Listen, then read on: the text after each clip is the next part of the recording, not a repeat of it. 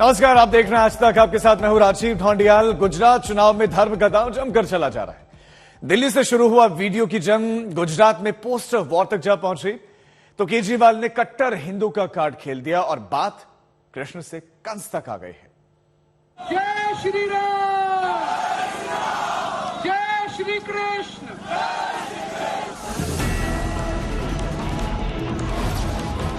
ये लोग, ये जितनी असुरी शक्तियां हैं, राक्षसी शक्तियां हैं, वो सारी इकट्ठी हो गई हैं मेरे खिलाफ। ये सब लोग कंस की औलाद हैं।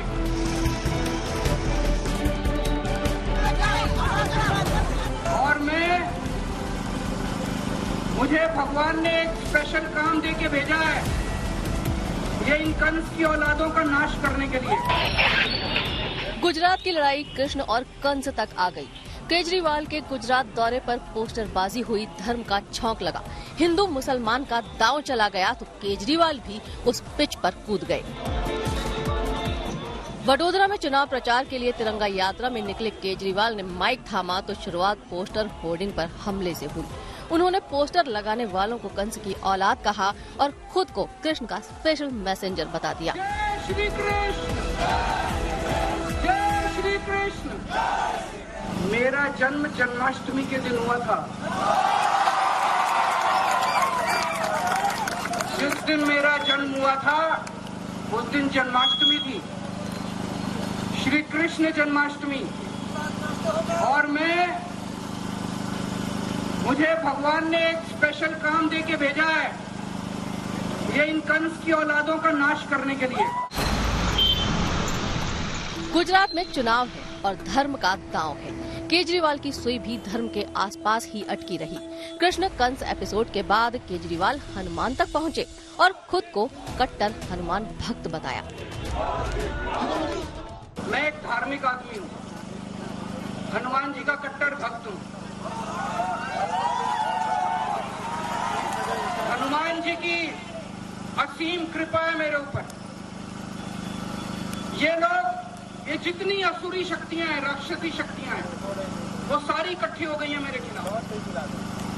ये सब लोग कंस की औलाद हैं, भगवान का अपमान करते हैं, भक्तों का अपमान करते हैं। गुजरात की चुनावी जंग में लाइट है, कैमरा है, एक्शन है। पोस्टर पे पोस्टर लगे, धर्म का तड़का लगा, नारेबाजी हुई, काले झंडे भी लगे। गुजरात के दौरे पर केजरीवाल का स्वागत इन्हीं पोस्टर के साथ हुआ। पोस्टर में न सिर्फ केजरीवाल पर हिंदुओं का अपमान करने का आरोप लगाया गया, बल्कि उन्हें मुस्लिम टोपी में भी दिखाया गया। नैरेटिव हिंदू मुसलमान का गढ़ा गया तो केजरीवाल ने इसे नफरत और भगवान के अपमान से जोड़ दिया। जब से मेरा आज गुजरात आने का तय हुआ, इन लोगों ने गुजरात के शहरों में जगह जगह पोस्टर, होर्डिंग मेरे खिलाफ लगाए। वो तो ठीक है, ये लोग मुझसे नफरत करते हैं, मुझे जो मर्जी कर ले, मुझे कोई दिक्कत नहीं है। उन सारे होर्डिंग पोस्टर के ऊपर इन्होंने भगवान के खिलाफ बड़े अपशब्द इस्तेमाल किए हैं, भगवान का अपमान किया इन लोगों ने। जिन लोगों ने भी ये पोस्टर लगाए हैं वो अब मुझसे नफरत करते हैं, नफरत में इतने अंधे हो गए हैं कि इन्होंने भगवान को भी नहीं बख्शा। भगवान के खिलाफ इन्होंने इतने अपशब्द और इतना अपमान किया उन पोस्टरों के अंदर। मैं पूछना चाहता हूं, क्या गुजरात के लोग इसको बर्दाश्त करेंगे? गुजरात के चुनाव में कृष्ण और कंस की एंट्री हुई तो जंग इस बात पर भी छिड़ गई कि कृष्ण कौन है। फिर बीजेपी अपनी दावेदारी में पीछे क्यों रहती? अरविंद केजरीवाल की विचारधारा को उनके ही कैबिनेट मंत्री राजेंद्र पाल ने प्रदर्शित किया कि आज से हम कृष्ण भगवान को नहीं मानेंगे, आज से हम भगवान शिव को नहीं पूजेंगे। आज अरविंद केजरीवाल इस गुजरात की प्रजा को कंस कह रहे हैं। कृष्ण भगवान की पूजा नहीं करने की शपथ दिलाने वाले ये अरविंद केजरीवाल खुद को आज भगवान कृष्ण बता रहे हैं। मूल अरविंद केजरीवाल हिंदू विरोधी हैं। ये तो बस ट्रेलर है, पिक्चर अभी बाकी है। गुजरात में इस साल के अंत में चुनाव है। अभी तो चुनावी शंखनाद ही हुआ है। चुनावी जंग में क्या क्या होता है देखते जाइए। आज गुजरात में केजरीवाल भी हैं और प्रधानमंत्री नरेंद्र मोदी भी। केजरीवाल वलसाड और सूरत में जनसभा करेंगे तो पीएम मोदी गुजरात को 14.5 करोड़ की सौगात से नवाजेंगे। अहमदाबाद से गोपी घांगर के साथ आज तक ब्यूरो। गुजरात में इस बार हिंदुओं के वोट के लिए जंग छिड़ी हुई और पहली बार गुजरात में जोर लगा रही आम आदमी पार्टी भी हिंदू वोट में सेंधमारी करना चाहती है और यही कारण है कि गुजरात में आम आदमी पार्टी और बीजेपी में हिंदू हितैषी बनने की होड़ लग गई है।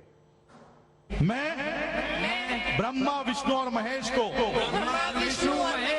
कभी ईश्वर नहीं मानूंगा, और ना ही उनकी पूजा करूंगा।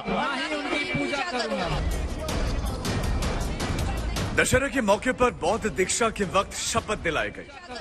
मैं राम और कृष्ण को दिल्ली में केजरीवाल के मंत्री राजेंद्र पाल गौतम ने खुद हिंदू देवी देवताओं की पूजा न करने की शपथ दिलाई।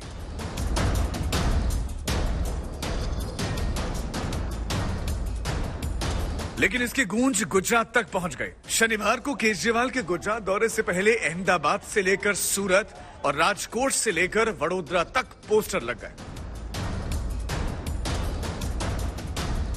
पोस्टर में केजरीवाल को दिखाते हुए लिखा गया कि हिंदू धर्म को पागलपन मानता हूं, केजरीवाल मुस्लिम टोपी में दिखे।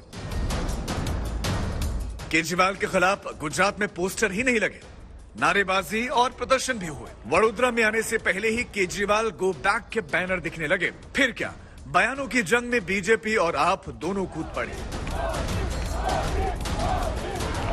जिस दिन मेरा जन्म हुआ था उस दिन जन्माष्टमी थी, श्री कृष्ण जन्माष्टमी, और मुझे भगवान ने एक स्पेशल काम दे के भेजा है, ये इन कंस की औलादों का नाश करने के लिए। બહુ સ્પષ્ટ વાત છે કે આમ આદમી પાર્ટી એનું પોત ખુલતું જાય છે।